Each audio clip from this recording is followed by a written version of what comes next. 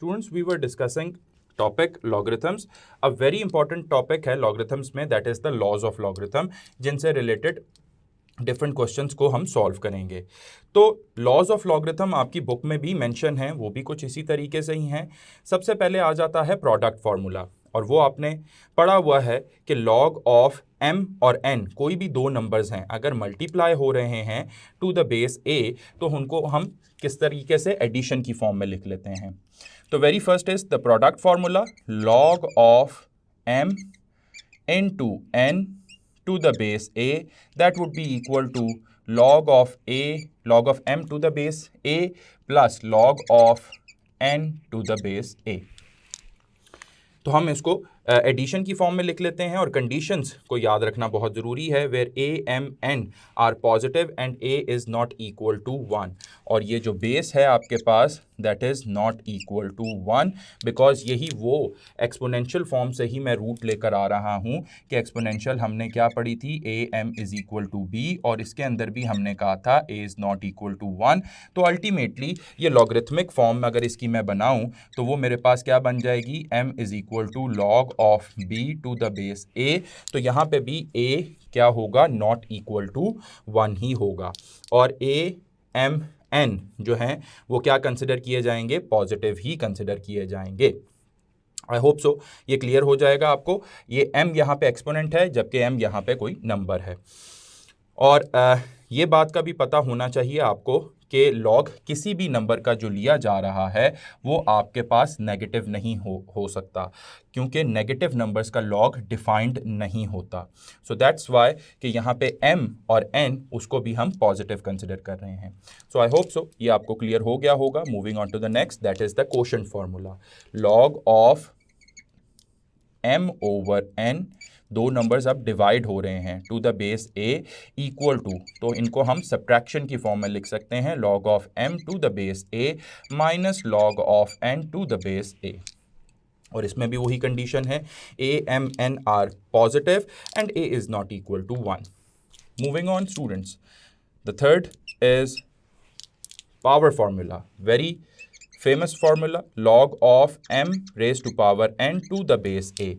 वही कर रहा है वो, that is equal to n, यानी पावर शुरू में आ जाती थी, लॉग ऑफ a किसका लिया जाता था, m का, और then again a m are positive और a m n भी यहाँ पे क्या होंगे, पॉजिटिव ही होंगे, और n यहाँ पे आपके पास नेगेटिव हो सकता है, इस वजह से उसने कंडीशन सिर्फ a और m के ऊपर लगाई है, and a is not equal to 1, और a क्या है आपके पास, नॉट इक्वल टू 1 होना चाहिए। बेस चेंजिंग फार्मूला वो भी देख लें, वो कह रहा है लॉग ऑफ एन एम हो अगर, तो लॉग ऑफ n और m हो तो इसको लिखा जा सकता है लॉग ऑफ a, कोई भी बेस आ जाए आपके पास, अगर कोई यहाँ पे लॉग है तो यहाँ पे बेस a कर दी है, और m over log of a और n कर दिया, यानी ये हमने बेस चेंज कर दी, log of m to the base a in the numerator and denominator में log of n to the base a।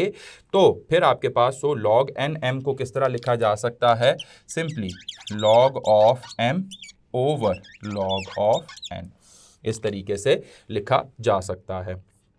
And where m, n and a are positive, and similarly n is not equal to 1 and a is not equal to 1, because this time n is coming into the base, तो n is not equal to 1 होना चाहिए, और फिर a भी आपके पास base में आ रहा था यहाँ पे, तो a should not be equal to 1 होना चाहिए।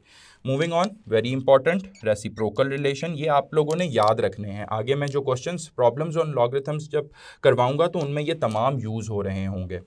तो उसमें कह रहा है log of a to the base b multiply हो अगर लॉग ऑफ, इनको इंटरचेंज कर दें, यानी a और b को, b यहाँ पे आ जाए और a यहाँ पे आ जाए, तो इनका जो प्रोडक्ट है वो क्या होगा, इक्वल टू 1 होगा, बिकॉज ये एक दूसरे के क्या हैं, रेसिप्रोकल्स हैं, और रेसिप्रोकल्स क्या होते हैं, कैंसिल होके आपको आंसर 1 ही देते हैं, तो इस वजह से इसको रेसिप्रोकल रिलेशन कहा जाता है। log of a b multiply by log of b a equal to 1 such that log of a to the base b equal to 1 over log of b to the base a हो जाएगा। अगर इसकी value चाहिए तो वो 1 over log of b to the base a हो जाएगा। For example यहाँ पे देखें, कि अगर मेरे पास कोई भी log ऑफ 5 2 है, तो अब अगर मैं ये चाहता हूँ कि मेरे पास ये दोनों इंटरचेंज हो जाएं, तो that would be equal to क्या हो जाएगा, 1 करके मैं इसको लिख सकता हूँ और इसमें ये 2 यहाँ पे आ जाएगा और 5 यहाँ पे आ जाएगा। क्लियर हो गया स्टूडेंट्स कि अगर आपने क्या चेंज करना है, ए और बी की पोजीशंस को चेंज करना है तो सिंपली 1 करके लिख लें, तो जो आपके पास सामने पड़ा होगा वो बेस में चला जाएगा, जो बेस में होगा वो लॉग के सामने आ जाएगा।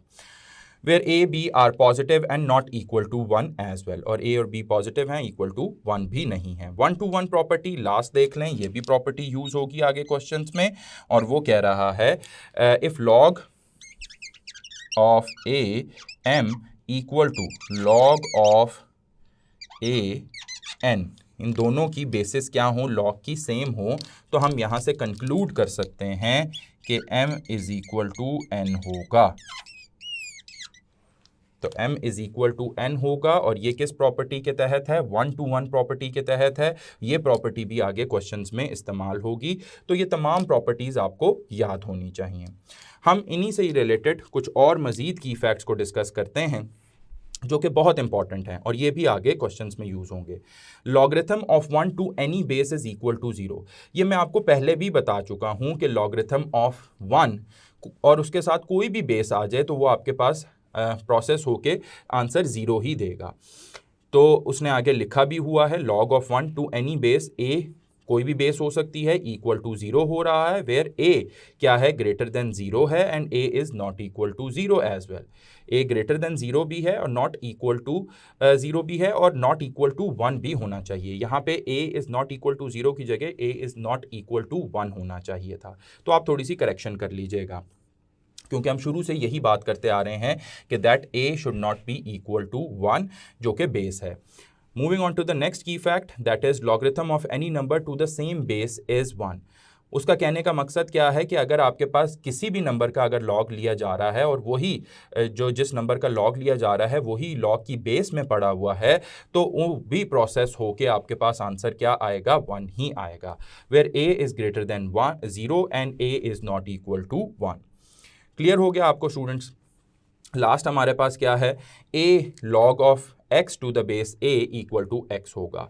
ये भी अगर हम आगे देखेंगे तो इसका कहने का क्या मकसद है, फॉर एग्जांपल 5 है मेरे पास, log ऑफ 5, और यहाँ पे मेरे पास फॉर एग्जांपल 10 पड़ा है, ठीक हो गया। तो उसका as per his property a log of a x वो स्ट्रेट अवे किसके इक्वल हो जाएगा, x के। तो अगर हम गौर करें, यहाँ पे आपके पास ये 5 और ये 5 जो बेस में पड़ा हुआ है ये सेम है, तो आपके पास स्ट्रेट अवे आंसर क्या आ जाएगा, ये आंसर हो जाएगा विच इज़ 10। तो वो यही कह रहा है कि a अगर उसकी पावर में log of x to the base a हो और ये a और ये log की बेस में जो a है ये सेम हो, तो स्ट्रेट अवे आंसर क्या हो जाएगा, यहाँ पे जिस नंबर का log लिया जा रहा होगा पावर में।